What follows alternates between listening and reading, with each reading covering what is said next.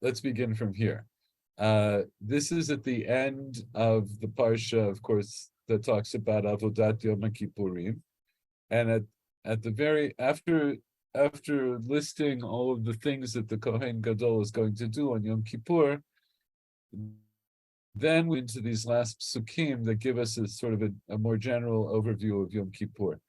So Pasuk Chavtet, it says, "Vaytar lochem l'chukat olam, b'chodesh hashvi'i b'asur l'chodesh, ta'anu et nafshotechem, v'chum lacha lo ta'asu, ha'ezrach v'ger agar b'tochechem."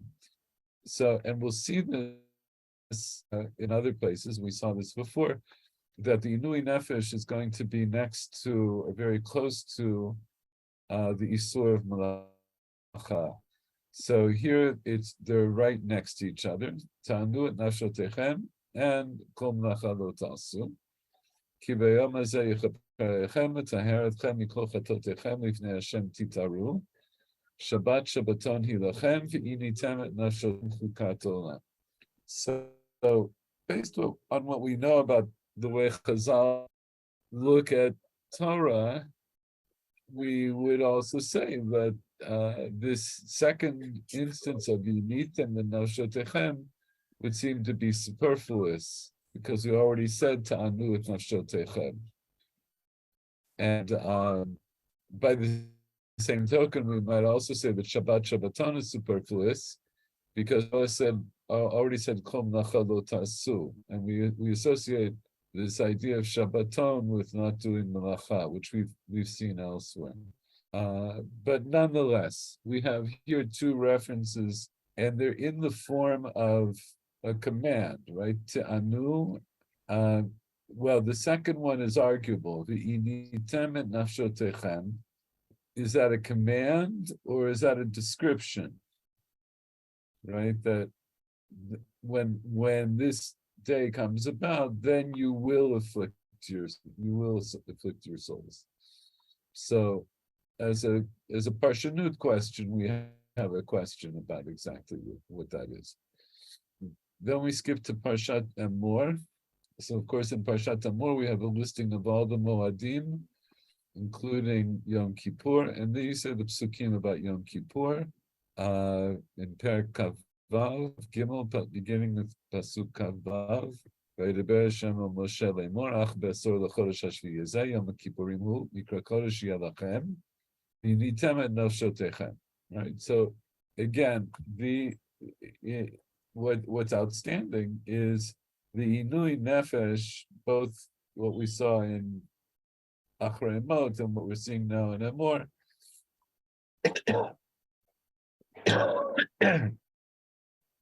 That's at the very beginning of our understanding of what Yom Kippur is. Even before we get to Isur Melacha, we get to this idea of V'initem. Right? You have to be Naned Hanefesh, V'kravteni Shel Hashem. And then we have V'chol Asu B'yatzem Hayom Hazeh, Ki Yom Kippurim Hu L'chaper Lechem Lifnei Hashem Elokechem. And then we have Pasuk Chavtet, Ki Kol HaNesher Lo Tu'uneh Be'etzem Hayom Hazeh V'nichrita Me'ameh.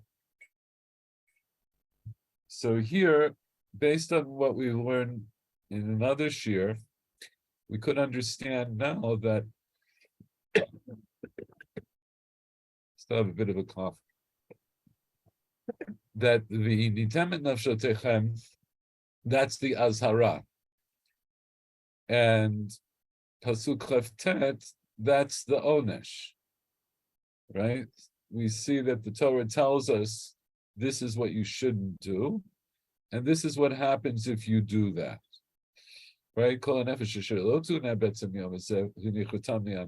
But interesting here, of course, the tu'uneh, it's passive, it's completely. Anybody who is not, who doesn't afflict themselves, or is not afflicted on Yom Kippur, they'll be chayav karet.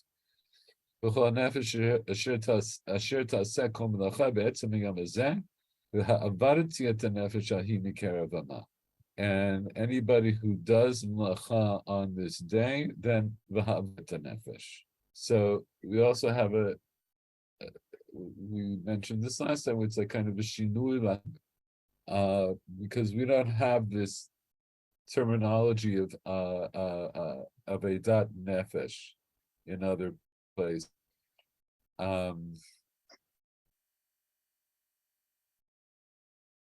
Kol melacha lo ta'asu.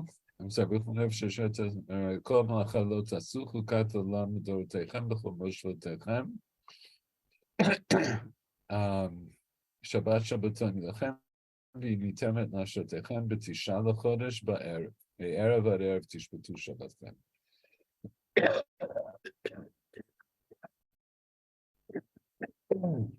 So we have this reference to Inui Nefesh here 3 times.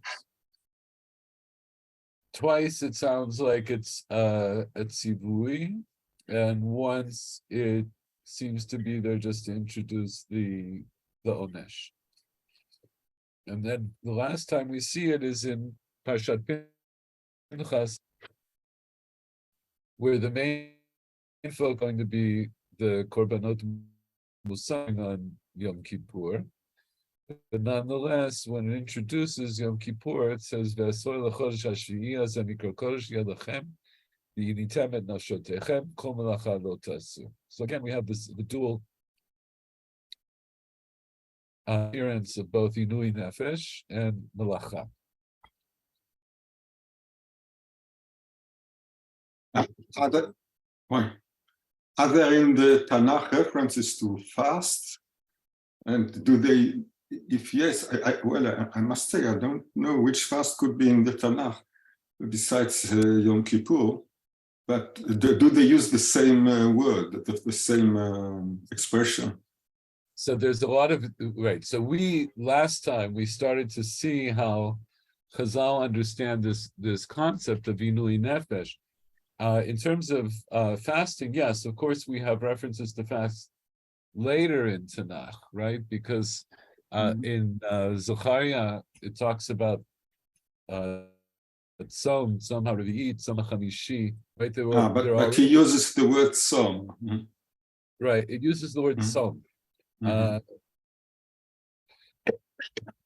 for that. But, right, so in Chazal, we have the word It, which comes from Inui, right? The idea of Ta'anit comes from Inui, but the word that's used, right? But so here, as we start to understand from the last shir, excuse me.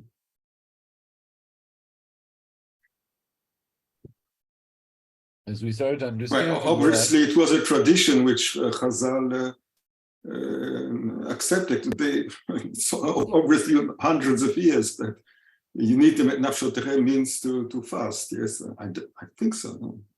I would guess. Right. I think that's a very good guess. In other words, what we understand is what we understand is that it's, if you would ask me, I would say, based on the sugya that we've done so far, and we have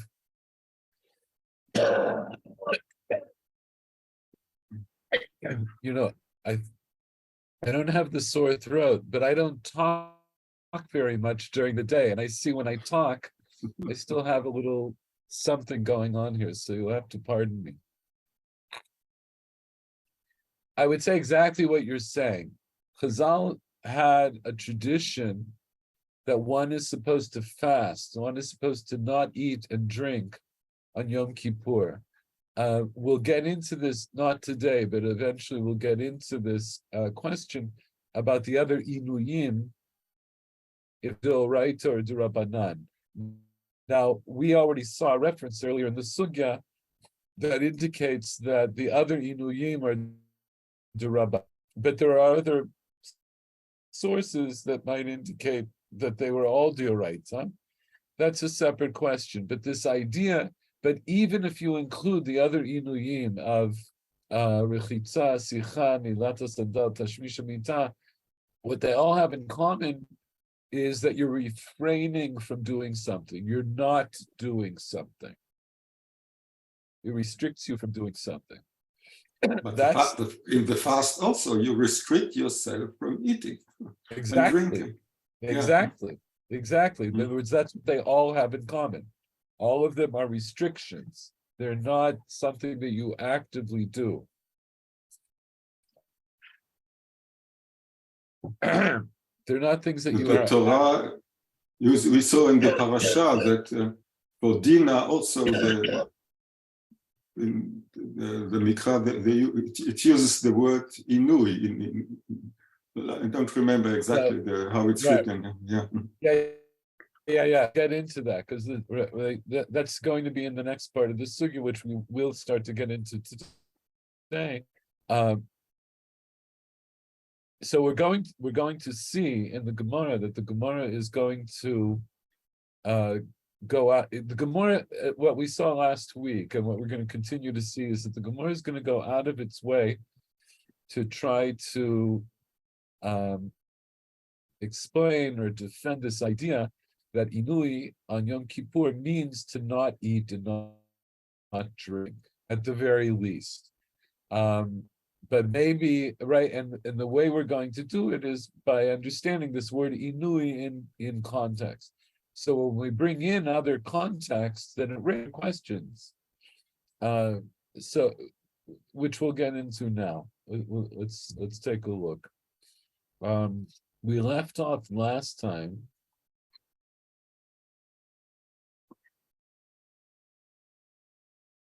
Right, we left off last time. I was terribly tired and I couldn't put together this last bit that I wanted to show you in the Torah Tamima. So, actually, so maybe before we get into this again, let me just remind.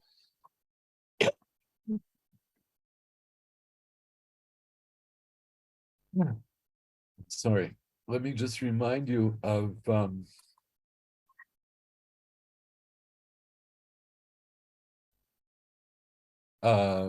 what we looked at last time.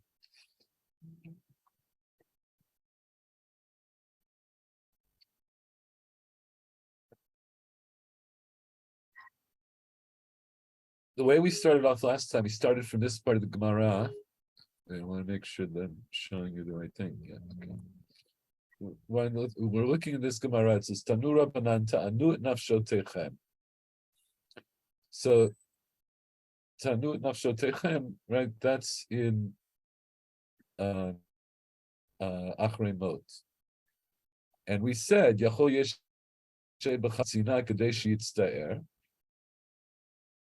Talmud Lamar V'chol Melacha Lo Tasu. Ma Melacha Sheva Al Taseh Afinui Nefesh Sheva Al Taseh.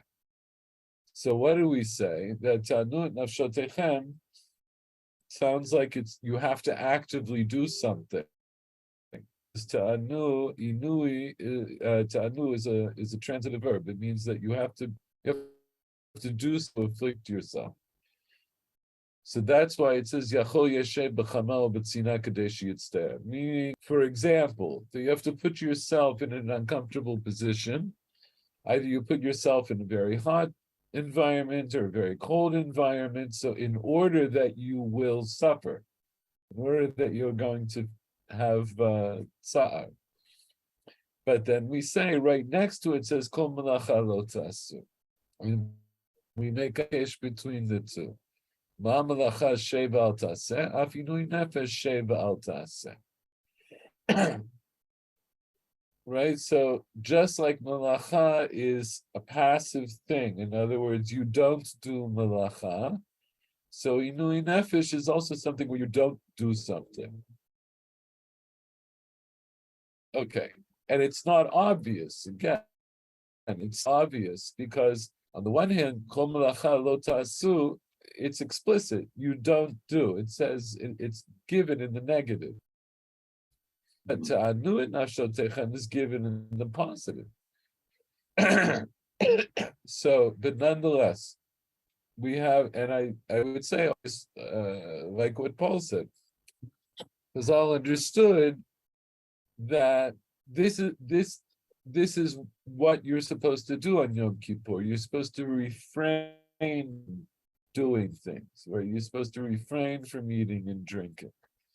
But nonetheless, in the but I could still say, based on this bright, I could still say, okay, maybe though, if somebody is already sitting in the sun, and then it gets warm for them, we shouldn't say to him, get in the shade, or vice versa. Somebody's sitting in the shade, and then it gets cold. We shouldn't say to them, get up and sit in the sun. Meaning, if somebody is already in a position where passively, like they haven't done anything, and they find themselves in a position of discomfort, then maybe we should tell them, we shouldn't tell them anything. We should just let them sit and suffer. So then we still say, Dumya de malacha, ma malacha lo chilakta, ma afinui lo tachlok. Right? So we say, no, this is also, it's like malacha. Just like with malacha, we didn't differentiate. Also with inui, we don't differentiate. So does anybody remember, what do we mean by lo tachlok ba, lo chilakta ba? What was that supposed It's to mean? not what the Shiites are doing with the chains, that they are beating themselves actively. So what's the lo chilakta ba? What does it mean, malacha lo chilakta ba? It had to do with the circumstances. You don't go out of your way to change circumstances. Yeah, right. So I'll just remind you, this is how Rashi put it, right? In all of its manifestations, in all sides of it, it's asur. In other words, and the way I put it is, in all circumstances, malacha is asur.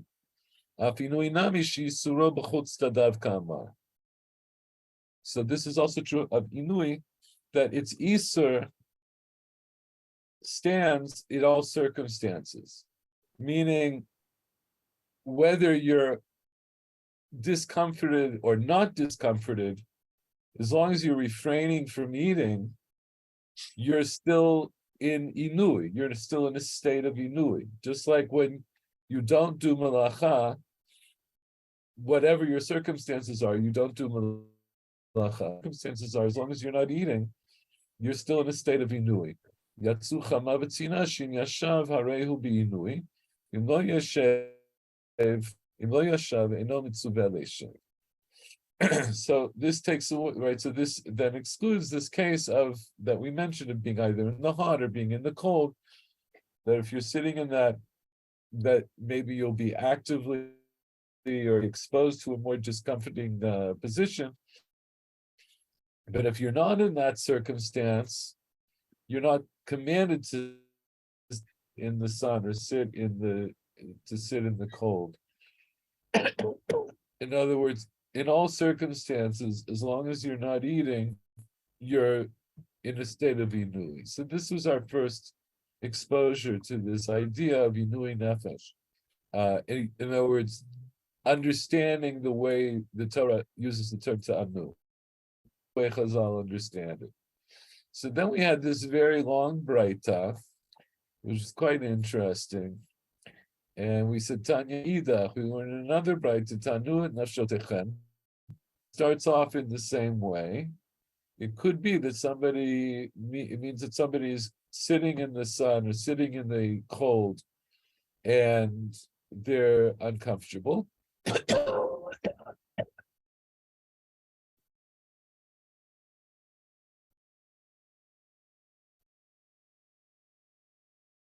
So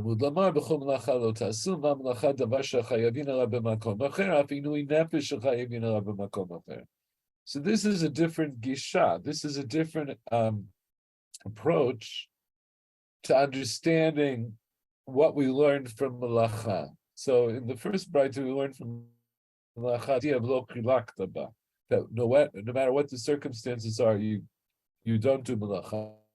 And by the same token, whatever circumstance you're in, and you're not eating, you're in a state of inui. And here we say a different approach. Here is what? So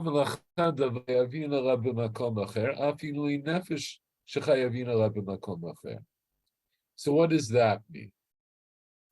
Anybody tell me from last week? What does that mean?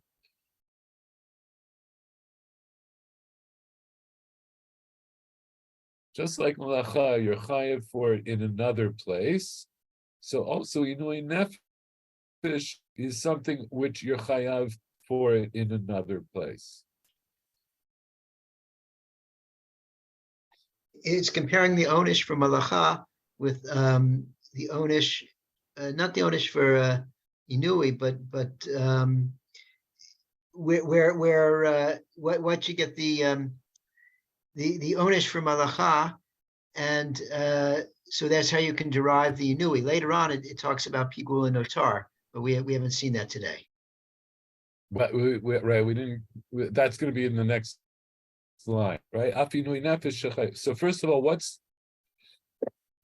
does it mean that malacha is something that we're chayav in another place?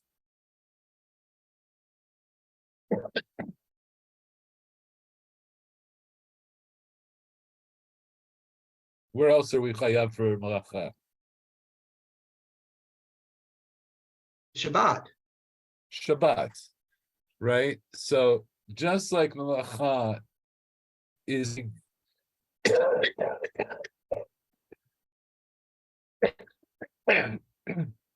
it's a thing for which we are chayav in another place. That is, we know that we're chayav karet if we do malacha on Shabbat. So when I look at malacha now, Isur malacha, the Torah that I'm not allowed to do malacha on Yom Kippur. So I'll say, let me step back. Again, I'm looking at this pasuk where it says Tanu et nafshotechem b'chol malacha lo tasu. Right, that's in one pasuk. So again, I'm trying to learn out something about inui nefesh from malacha. And what we said last week is this is a hekesh, right? It's learning in context, and it makes sense that we're going to learn. It makes sense that we're going to learn something from malacha about inui, because inui nefesh is the undefined thing. Malacha has definition. We have malacha, for example, but, and in a wider context, we know what malacha is because we learned malacha was done in order to build the Mishkan. Malacha was what Hashem did to create the universe. So we know we have a basis for understanding what malacha is, and that those are things, whatever malacha is, something you can't do on Shabbat. But I still don't have a solid definition of what inui nefesh is.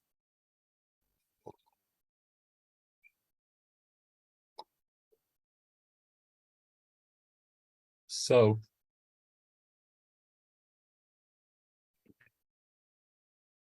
I'm going to try to learn out something by conceptualizing. I'm going to learn out something about inui nefesh by conceptualizing something about malacha.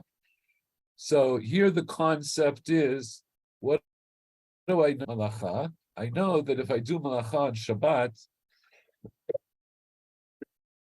I'm chayav karet.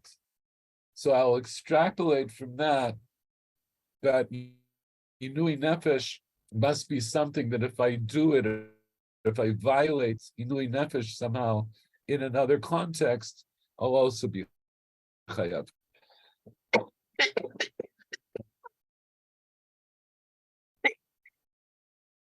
So and the Gemara says the A's is that. But there's a pasuk you showed us a pasuk about it. If you do im lo initem et nafshotechem, as ha'onesh hu kal yichatu, no? And I don't remember. So I do. Yeah, right. V'nichruta, right? It's, in other words, I do know. I know from elsewhere that you'll be chayav karet. But what I want to know is what what's the definition of the inui, not what the onish is. In other words, what I'm going to extrapolate from melacha. I think I have to speak a little bit lower. Hold on a second. Let me get closer to the microphone.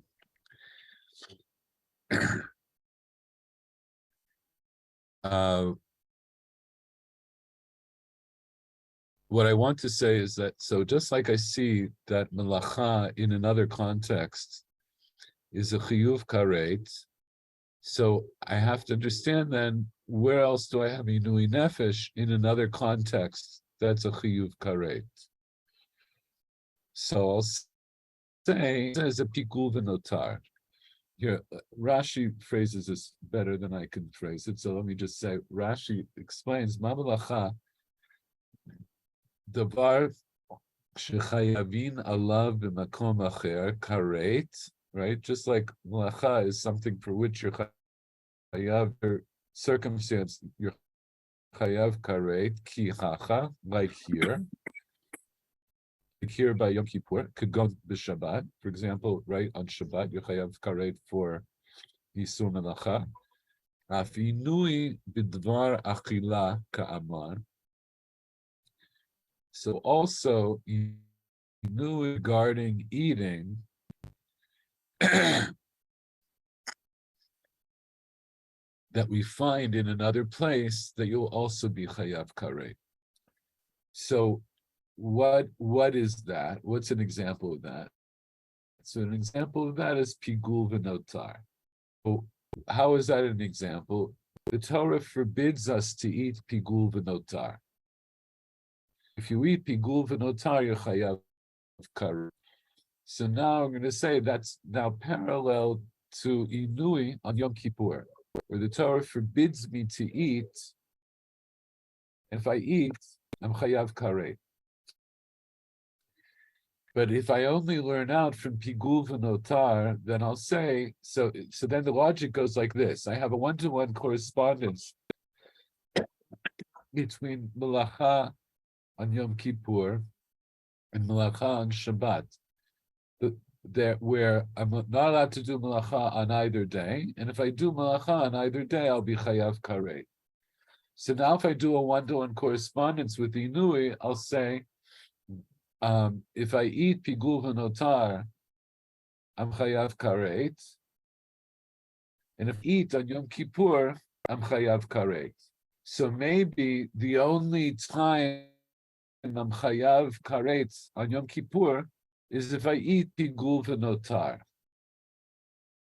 Just like the melacha that I do on Yom Kippur is the same melacha that I do on Shabbat, for which I'm chayav. So maybe the achila for which I'm chayav karet in another context, that's the only achila for which I'm chayav on Yom Kippur. That's where that's how this begins, right? Michael Werner last week brought up the possibility. Are you with us?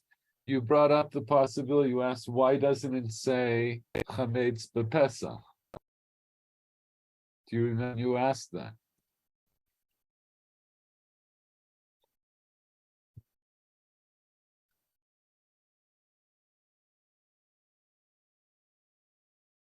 We don't hear you.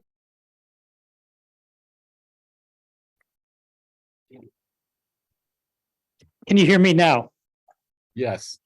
Okay, yes, I do remember. Okay. Right. No, I was going over the shir, and I remember that you brought it up, and I gave you a kind of an answer, which I think is adequate. I do want to say, I think the Gemara could have brought up eating chametz on Pesach, just like it brought up pigul v'notar. I think what I told you last week is that pigul v'notar is something which chayav karet for eating all year round on any given day. I'm only chayav eating chametz on Pesach on Pesach, right? That's the only time. So it's not that it couldn't have brought it up, but it doesn't fit here. The reason it doesn't fit here is because I'm trying to figure out what am I not allowed to eat on Yom Kippur? So if I eat chametz on Yom Kippur, I wouldn't be chayav karet b'makom acher, because there is no chametz. There's no isur of chametz on Yom Kippur. You see what I'm saying? In other words, I'm trying to work out what the inui nefesh is on Yom Kippur. So it's true I'm chayav karet if I eat chametz on Pesach, but it doesn't tell me anything about Yom Kippur, because if I eat chametz on Yom Kippur, I won't be chayav karet for eating chametz. And what I'm trying to do is I'm trying to find out another place where the Torah is telling me not to eat something. In other words, even though it doesn't use this lashon of inui nefesh by any achila, right? There is no other achila in the Torah that uses the terminology of inui nefesh. But I'm going on the assumption that inui nefesh means I have to restrict myself from eating. And now I need to know, what exactly do I have to restrict myself from eating? So it can't be that I have to restrict myself from eating chametz, because chametz b'makom is not pertinent here on Yom Kippur. So instead we pick pigul v'notar, because pigul v'notar are always asur. They're always sur karet. So the havamina here is that maybe telling me in the words of V'initem et nafshotechem that I have to find another place where the Torah says to be ma'aneh nafshi, even though it doesn't use that terminology, but it says not to eat something else for which if I do eat it, I'm chayav karet. So okay, that's pigul v'notar.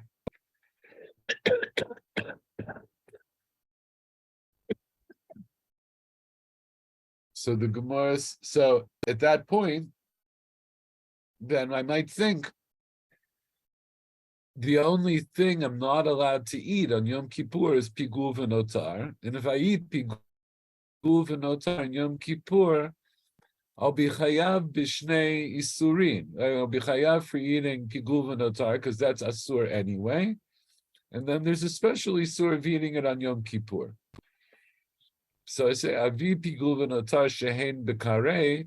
Right, so I will include in the pasuk of Tanu and Nafshotechem, I'll bring in pigul v'notar because they're also a chiyuv karet, and as Paul has reminded us, and we know that eating on Yom Kippur is a chiyuv karet.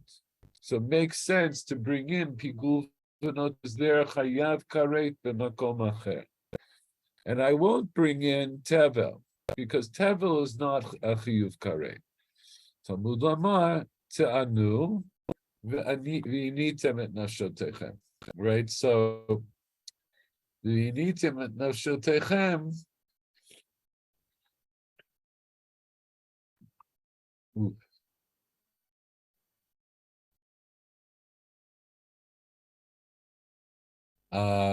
Right, it says v'initem nafshotechem. So first it says, we're looking at the same thing, yeah. So now this is why I highlighted the psukim.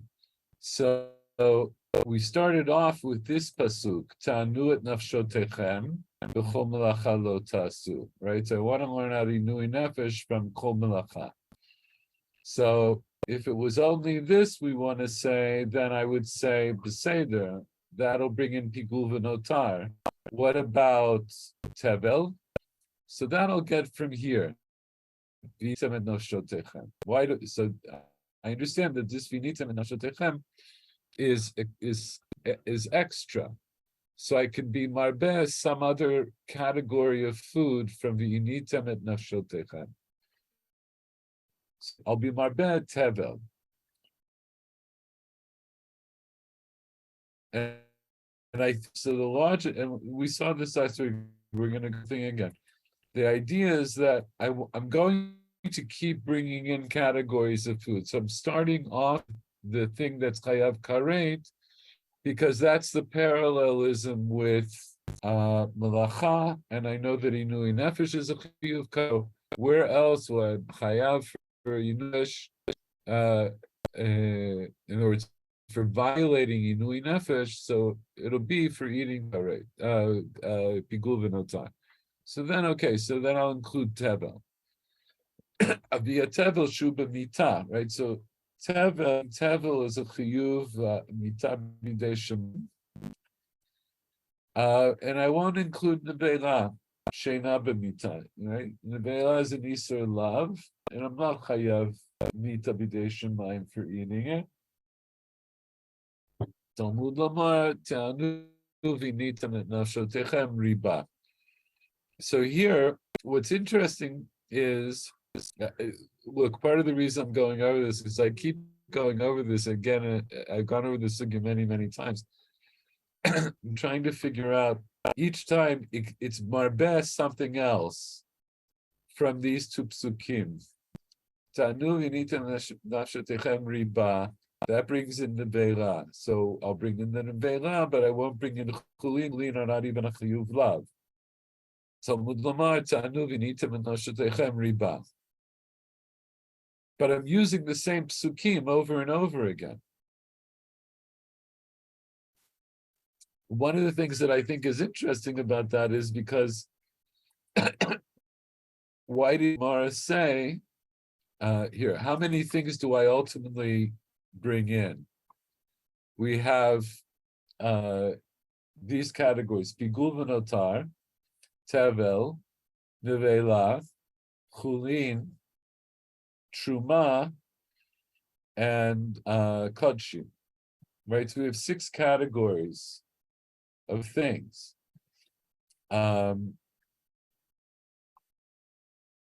So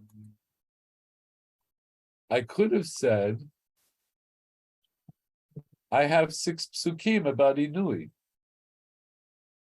right? Because I have ti'anu et nafshem, initem et nafshotechem, initem et nafshotechem, initem et nafshotechem,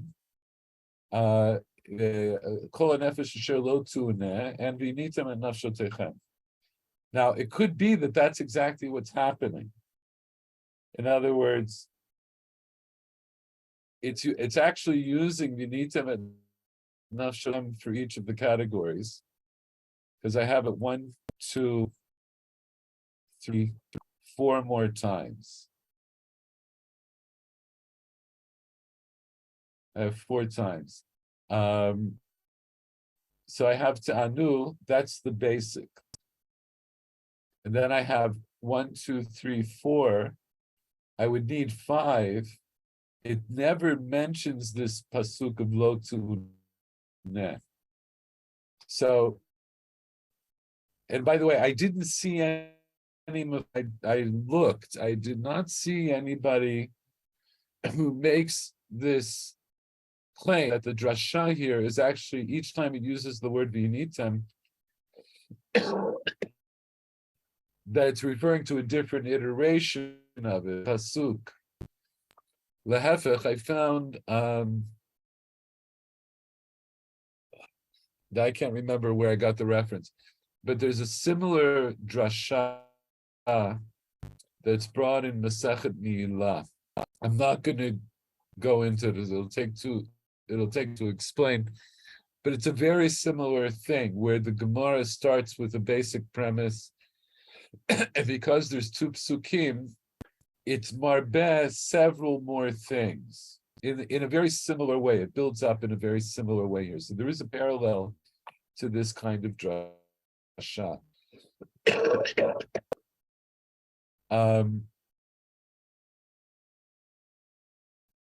So I'm honestly not sure. I'm honestly not sure exactly if v'yinitechem, each time is it referring to the same v'yinitem, or is it referring each time to another one? And the reason it might not be referring to another one is because I don't have enough of them for all the categories. I'm missing one, right? Because I have 1, 2, 3, 4, 5, one of them should have been a kol nefesh asher lo tu'uneh, because I only have 4 v'yinitim. Anyway, it's getting a little, but I think conceptually, the idea is that we want what the Gemara is bringing out is a very interesting thing, that we have all these levels of punishment, and then neutral, and then a filu mitzvah to eat, right? So there's certain things that the Torah forbids us from eating at all times, and we have various punishments depending on what the specific thing is. Then I have the neutral case, that's chulin, right? So that's not kodshim, but it's also not something that's asur.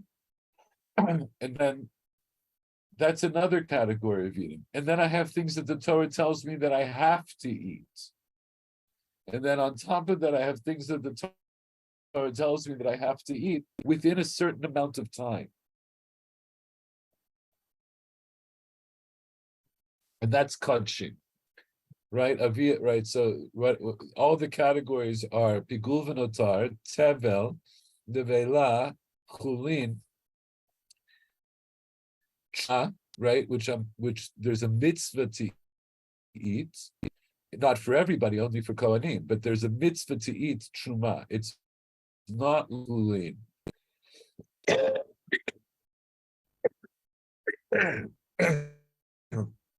But truma is not a time-bound thing, whereas kodshim is also a mitzvah for the kohanim to eat, but it is time-bound because there's lototiru. I have within a certain amount of time. Otherwise, it goes back choser chalila. Then I go back to the beginning. If I wait too long to eat it, it becomes notar, and then it becomes asur to eat. So it goes from becoming a mitzvah to eat to become a karet to eat. Anyway, maybe it's just a way of us understanding the many facets of eating in the Torah. That eating is not just it's not a physical act of eating. Whenever we're eating, it's going to be related to some kind of a Torah concept. Either it's something that we're not allowed to eat, or something we're allowed to eat but we don't have to eat, or something that we have to eat. And all of those aspects of achilah, they're all asur on Yom Kippur.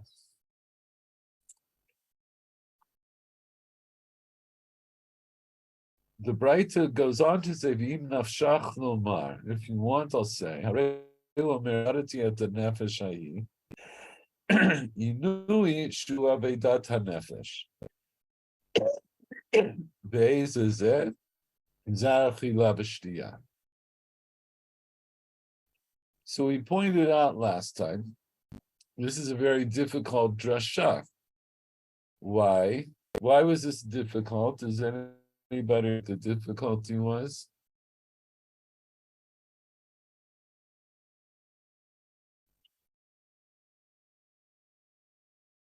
What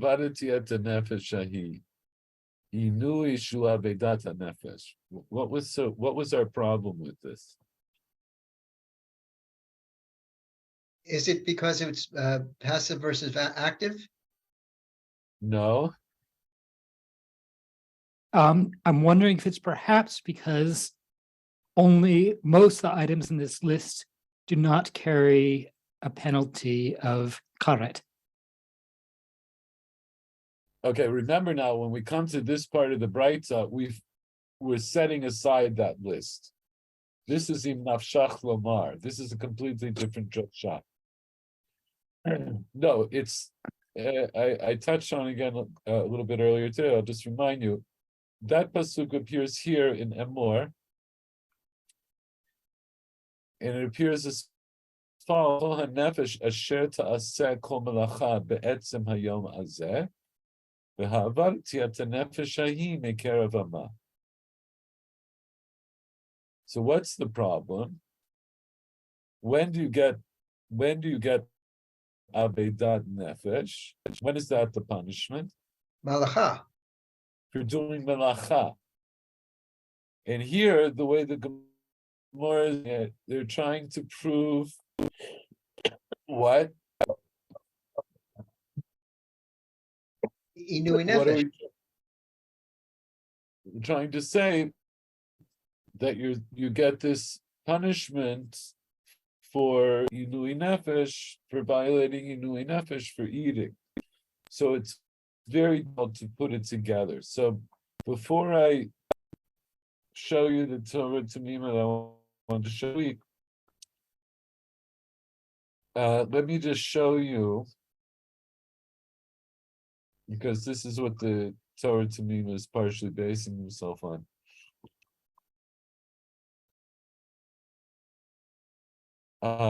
We have a version of this drasha here in the Yerushalmi.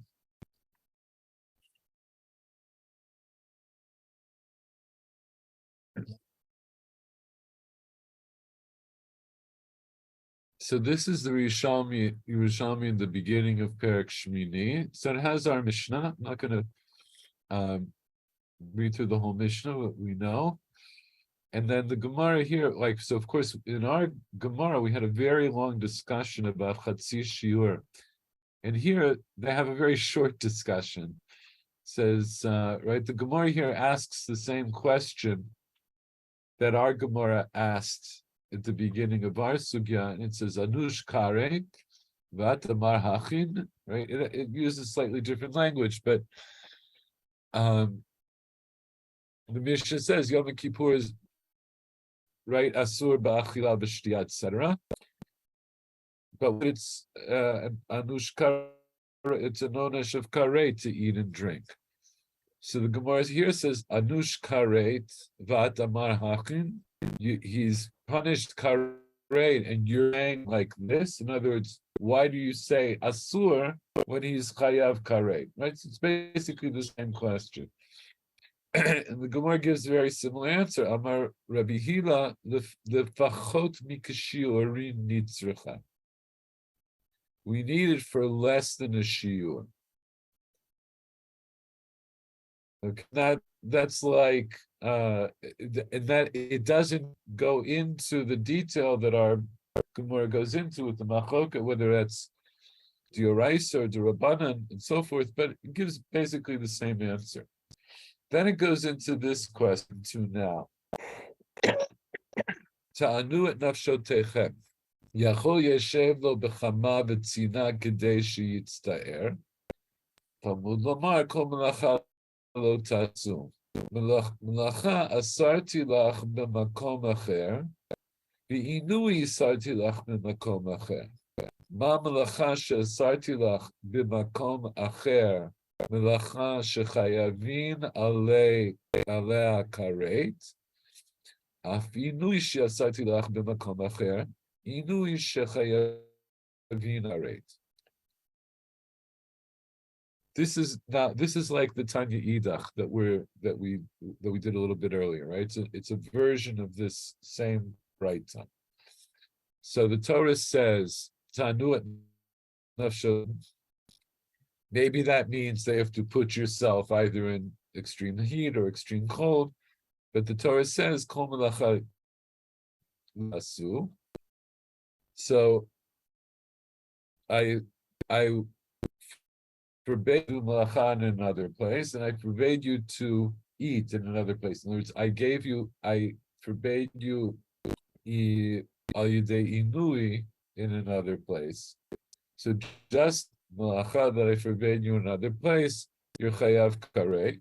So it could be that the inui that I asarti the makom acher inui shechayavin alav karei. Ve'elu hein. Which are those? Elu hapiguli and notarim, right? So that's pigul v'notar. And then it goes through the same list. Minayin l'rabota tetvalim, Talmud lomar, te'anu et nafshotechem. So here it gives it a little bit differently, right? Because here it starts off with the pasuk of te'anu et nafshotechem. And when it does the ribui, it uses the same pasuk. Ta'anu et nafshotechem. Riba. Marbani et tvelin shehin b'mita v'arba et nevela shenim b'talmud lomar ta'anu et nafshotechem. Riba. Arba et nevelot shein v'lo ta'aseh v'lo arba et achulin sheinam v'lo ta'aseh ta'amud et nafshotechem. Riba. Arba et achulin sheinam anan b'amud ve'echol v'lo arba et truma ma'aser sheni. Here it includes ma'aser sheni because Argamar just uses truma, right? Here it includes Maser Sheni for everybody, but it's similar to truma because there's a mitzvah to eat it. Shehen ba'amud echol, right? There's a mitzvah to get up and eat them. Talmud lomar ta'anu et nafshotechem. Riba. Arbeta truma v'maser shenam bebal totir v'lo arbeta kadoshim shen bebal totir. Talmud lomar ta'anu et nafshotechem. Riba. All right, very similar, although it raises another question because what's the basis? What's the basis for the reboot? It's using the same pasuk for everything, whereas in our Gemara, it starts off with the pasuk of Tanu et nafshetechem, and then at least it brings another iteration, the initem, and here it doesn't, and I see anybody who relates to this question that I'm asking about what are the mechanics of this drasha, but okay. Now we get the second part. Davar acher. This is parallel to what we just see in our Gemara of Im Nafshach Lomar. Tanu et nafshotechem. Davar shehi Inui av beit nefesh ve'ezo zu achila ushtiya. So here it doesn't use the pasuk of v'havarati nefesh. It says ta'anu et nafshotechem davar shenui av beit nefesh. What is ta'anu et nafshotechem? It's something which is an affliction, however you want to translate this, inui av beit nefesh, for the main body of the soul. And what is that? That's eating and drinking. So what does it mean by av beit nefesh?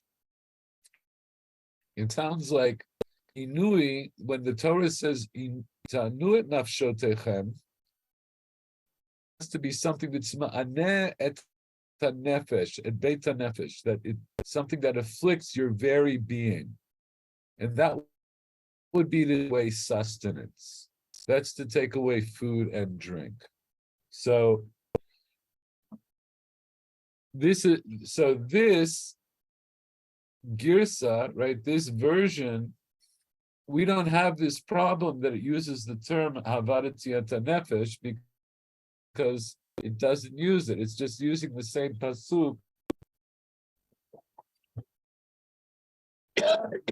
of ta'anu et nafshotechem, and it's giving it like a deeper reading.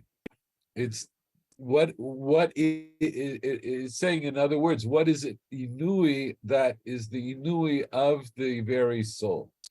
But I do want to point out to you, so this terminology, av beit nefesh, is very odd. What is that? What exactly is av beit nefesh? And I want to point out that it's very similar. Instead of saying av beit, it's very similar to the word avedat. That is, davar shehu inui avedat nefesh. Now, I'm not coming to change the girsa in the Yerushalmi. I'm pointing out that maybe there is some indication here that maybe there was a girsa change at some point. So I don't know, but now I'll Shel, Yeah, go ahead. I think that the word nefesh had a different significance at the time of Chazal than it had in the Mikra, because in the Mikra nefesh is just a person, and the nefesh it's a Chazal. They were influenced by the Greeks, and nefesh had another. It's the nefesh, the mind, or something like this. Well, remember, even in the context of first of all, I think that I think that Chazal's concept of nefesh, whether or not it was influenced by the Greeks, it could be that it was. But remember that in the Torah itself, we associate nefesh with physical life, right? And why do I say that? Because we have a pasuk that says, "Ki hadam hu hanefesh." Blood is the nefesh, right? That's why you're not allowed to eat blood. Ki hadam hu hanefesh. So the idea of fish seems to reflect something that has to do with physical being. It's something about the essence of physical life. So maybe nefesh is the brain, although I don't think that at that time they knew what's the use of the brain. I'm just saying, based on what the Torah says, right? In other words, the Chazal, at least you're going to begin with Pshuto Shel Mikra. They'll begin with Pshuto Shel Mikra. So what is an Inui of Beit? What's an Inui that is, if I understand Av Beit, if that's the correct term, right? So in other words, what's something natural to the soul? That's the basis of the soul. And soul here meaning life force, like dam. Is dam, like if dam is nefesh, I understand that nefesh is something that's a life force. Yes, that's the meaning in the Tanakh of nefesh. Exactly. So I'm saying, ze yoter savir, right? That they're not introducing here some kind of a new idea. This is just the way you understand it from the Torah itself. So what would that inui be? So I'll say that's achila v'shtiya. In other words, that's a reasonable understanding then, that when the Torah says te'anu et nafshotechem,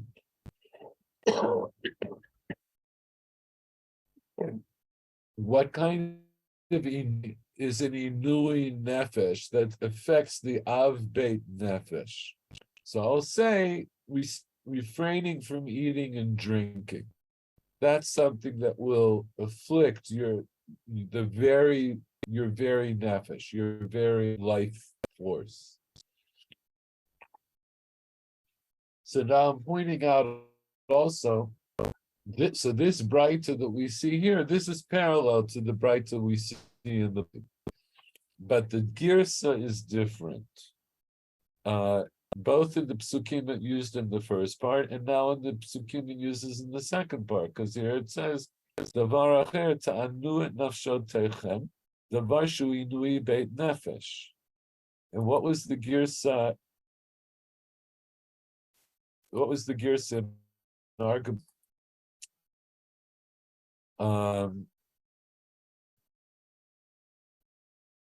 Im nafshach lomar harei. It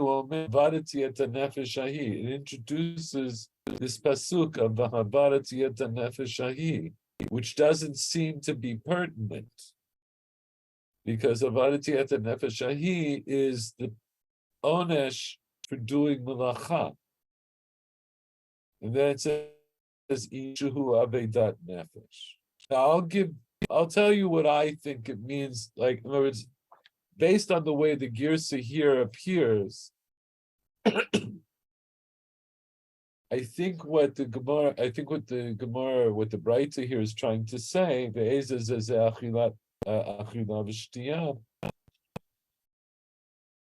I think what the limud is. Hold on, let me bring you the psukim. I think what the limud is, again, there's this very in both this Braita and the previous Braita, there's this close connection between inui nefesh and doing malacha on Yom Kippur. And so here, even though v'havanati et nefesh ahi mikarav hama really goes on malacha, but I could also say, parshanut, that it does go back also to the previous pasuk. So it's not obvious, right? Because kikol nefesh asher lo tuneh betzem yom hazeh v'nichrita me'ameh, it already gives me a punishment. But then it says v'chol hanefesh asher taseh kol melacha betzem yom hazeh v'avanati et hanefesh ahi mikerav hama. Could be that it goes back on both things. And then I'll say, hold on, inui shu avedat nefesh. It's an inui which brings with it destruction of the nefesh. And what that's achila v'shtiyah. So this part here, I think that's similar to the conclusion we see in the Yerushalmi. That, and here see it says inui shu avedat hanefesh. In the Yerushalmi it says inui shu av beit nefesh. So instead of avedat, it has av beit. So which is the proper girsa, or maybe both girsaot are true. Maybe girsa we have in the Bavli is mishubeshet, ze kasher lagid.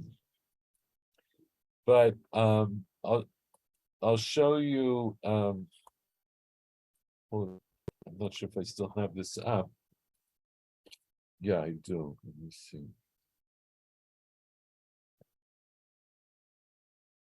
This might take a second to come up. So in the meantime, I'll show you what the Torah Tamima says.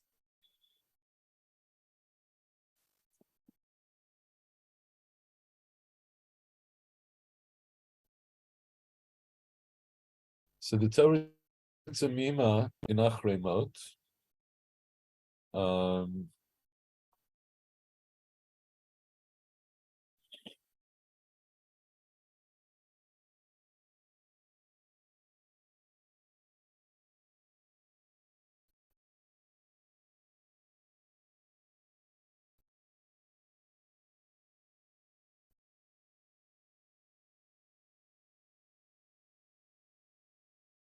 Torah Tamim and Achrimari does something interesting, which it does very often. So he brings this drasha on this pasuk, Tanu et nafshotechem. Tanya. Afa pisha amru Yoma Kippurim asur b'chamisha dvarim. Ein chayivim kared ela achila ushtiya. Dichtiv Tanu et nafshotechem. Even though they said Kippurim is you're chayav for the 5 things that are listed in the Mishnah, you're not chayav karet except for eating and drinking, as it says, Ta'anu et nafshotechem. That's one pasuk in Achremot. Uchtiv in Parshat Emor, Ki kol hanefesh asher lo tu'uneh v'nichrata. Davar shehu nui beveit nefesh, something which is an affliction to the house of the soul.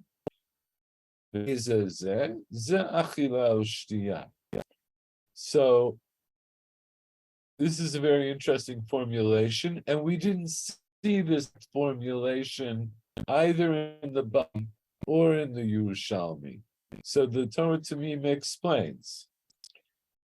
So he says, Drasha zu lo ba'a b'Yerushalmi bimlo'a kamo shehi mu'tekat lefanenu. Right? So the way this drasha doesn't come down in the Yerushalmi in its fullness, the way I've put it before you, right? The way I've copied it before you. Raf lakatnu amri mi bavli v'Yerushalmi nitotzaata din v'hadrashot v'tzirfanum lidrasha achat shlema. He's saying, I actually took some aspects from the Bavli and some from the Yerushalmi, and I've put them together to make one single drasha. Yerushalmi ba rak halashon ta'anu et shotechem davar she'inui beveit nefesh. In our gears of the Yerushalmi, it's Yahweh av beit nefesh, but be'erech oto davar.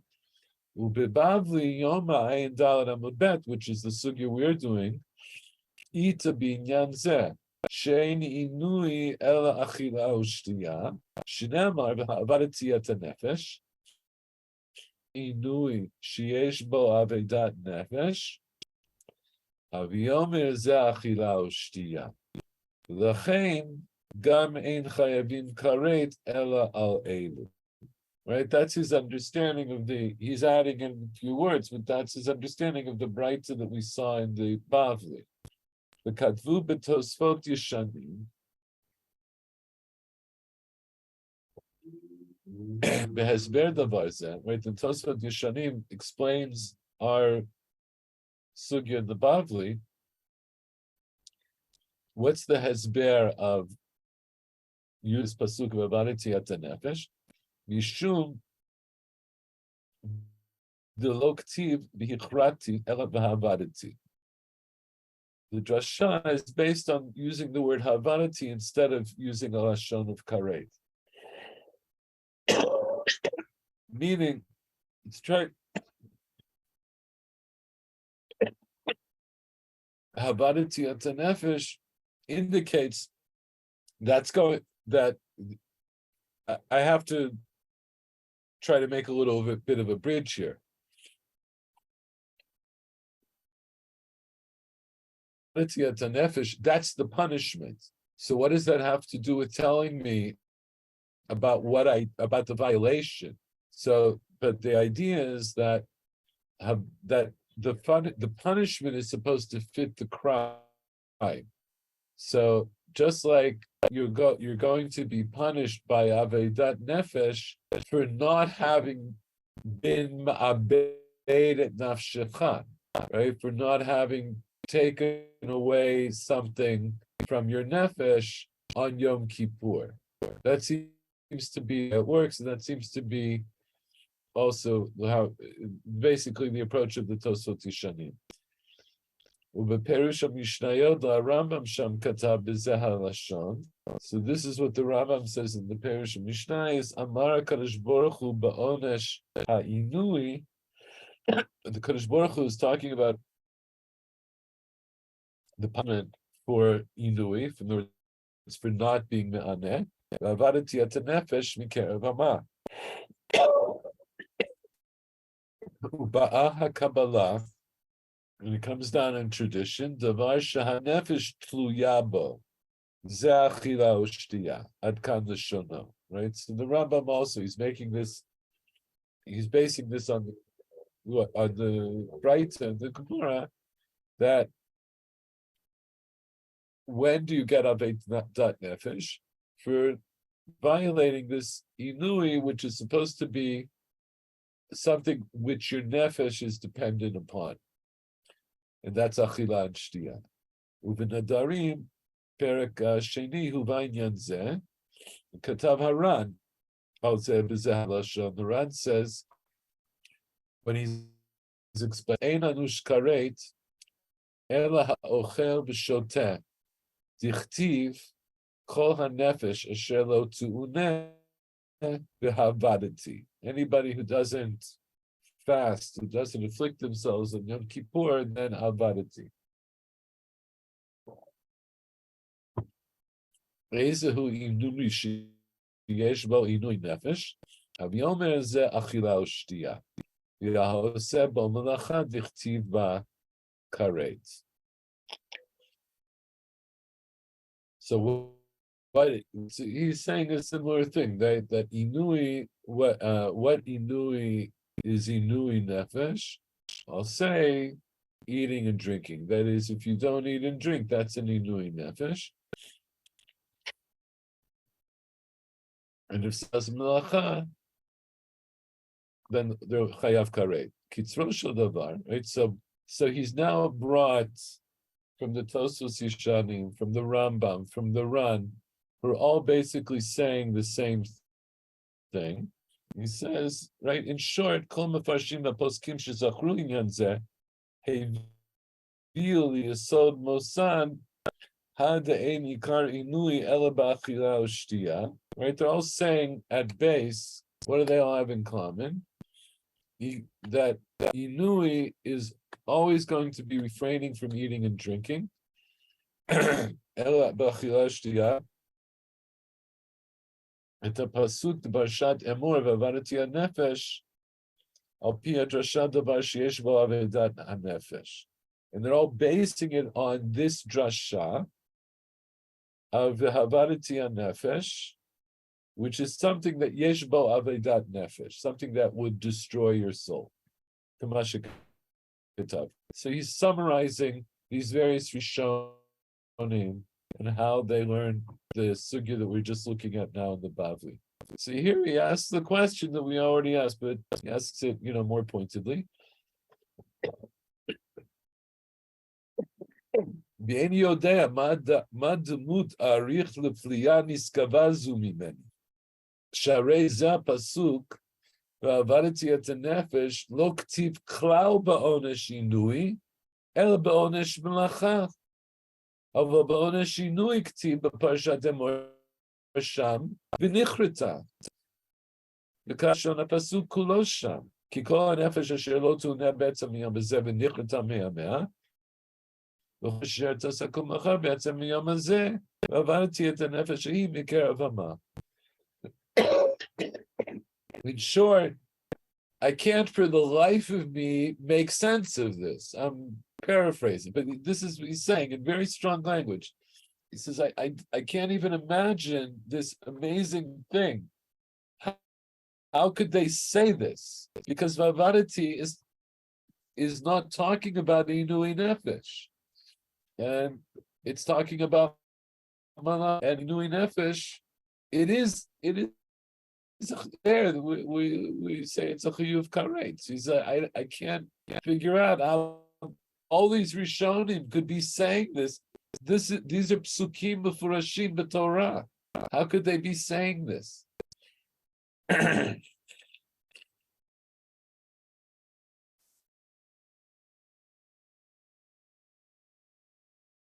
He says it's even worse. Because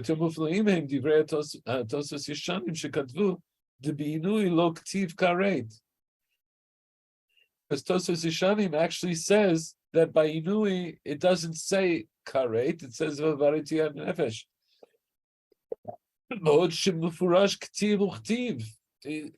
It's very explicit in the Torah. In Parshat Emor, it says that you're chayav karet for Inui nefesh. And also Divrei Haran shekatam to be Inui ktiv avarati over malacha karet. And there, Odyoter, right? Because the Ran says Inui is where it's talking about Vavarati, and Malacha is the Isur Karet. It's exactly the opposite of what the Ran says. There's no end to the wonder. So this is how he puts it together. I meant it's Arich Lomar, the Gemara Kan. כמו שהיא, הגרסה בירושלמי לפנינו, ובתורת כהנים כאן, שבה שם מועטל הסוגיה שבבבלי כאן, ורק במקום שבבבלי פסוק ועברתי את הנפש, ובא שם תענו את נפשותיכם בתוספת ביור. איזהו דבר שיש בו עינוי בבית נפש, זה אכילה ושתייה, כמו שהבאנו.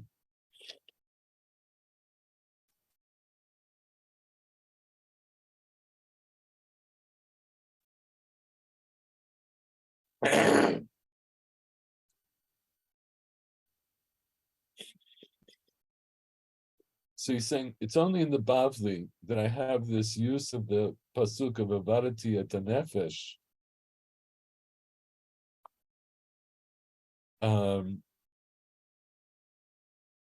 As an apparently it's coming as an addition to the explanation of Tanu et nafshotechem. So remember in the Bavli, the Bavli starts off with right. There are two parts to the Braita. The first part is Tanu et nafshotechem, and then I bring in Pigul v'notar, and then all of the list of things. I say Ta'anu v'initem, Ta'anu v'initem, Ta'anu v'initem. So here also you have to understand that the basis for the second part of that Braita, which only quotes the pasuk of Avadati et Nefesh, but it's starting off from the assumption that the Torah says Ta'anu et nafshotechem, and Avadati et Nefesh is coming as an additional it's to give us additional understanding. Yoter mizeh barur emet zeh, ki benuscha shas ktav yad gam ken pasuk tanu et nafshotechem.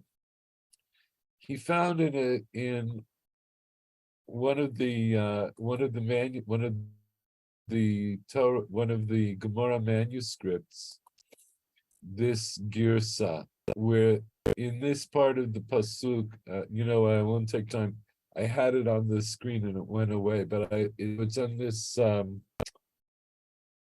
website of Hachi Garcinan, and it shows you side by side different girsaot of the Gemara. And there is in one of the Kitvei Yad that they bring, or one of the versions they bring, it does have this nusach where it says Ta'anu et nafshotechem in the second part of the Braita, the difficult part. Ain't safek etzli שהנוסחה שלפנינו בגמרא הבבלית שהבאנו ציוטון כמו שביארנו. לפי זה הכל עולה מסודר מבואר יפה והגון והדברים מאירים. In other words, this second part of the Braita, it should be bringing the pasuk of Ta'anu et nafshotechem. B'kitzur. Anyway, this was like a digression and something very technical in terms of the drasha, but hearing me, and I wanted to try to get through it as best we could. Just to finish off, I'm losing my voice altogether now.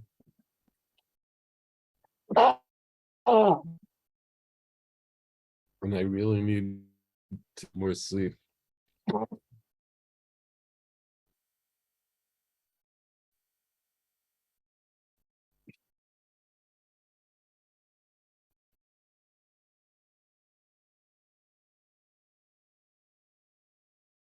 So all of what we did with these drashot, we're getting a couple of things, right? So in the first Braita, where I say Ma malacha sheval taseh afinui nefesh sheval taseh. From that I get a very important yesod, which is when the Torah is telling me to be ma'anet a nefesh on Yom Kippur, I'm not supposed to actively do something, like Paul said a little bit earlier. It's not like I'm supposed to flagellate myself with something, or to go out and sit in the sun or sit in the cold or something like that. Rather, rather I'm supposed to refrain from eating and drinking. And then in the second one, I go into this in greater depth. It's part of the Braita. I want to say that all manner of eating and drinking is forbidden, whether it's something that's already asur, whether it doesn't have any isur or mitzvah, or even if it's a mitzvah to eat. All of that is asur on Yom Kippur. And the second part of the last Braita is this idea that this is where I come really to maybe the closest to getting a definition of what Inui Nefesh actually is. Inui Abedat Nefesh.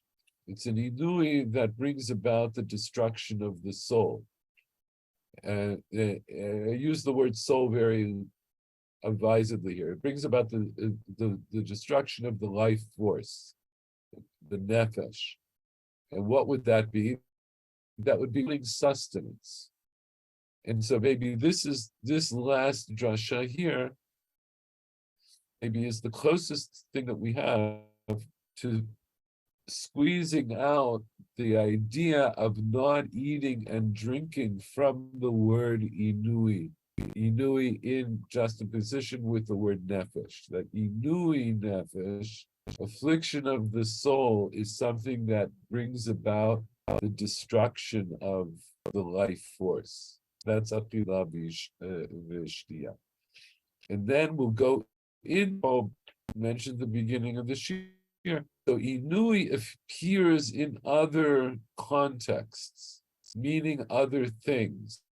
Why don't I say it means those other things? So we started to go into it a little bit last time. I wanted to go back over all the things we did today.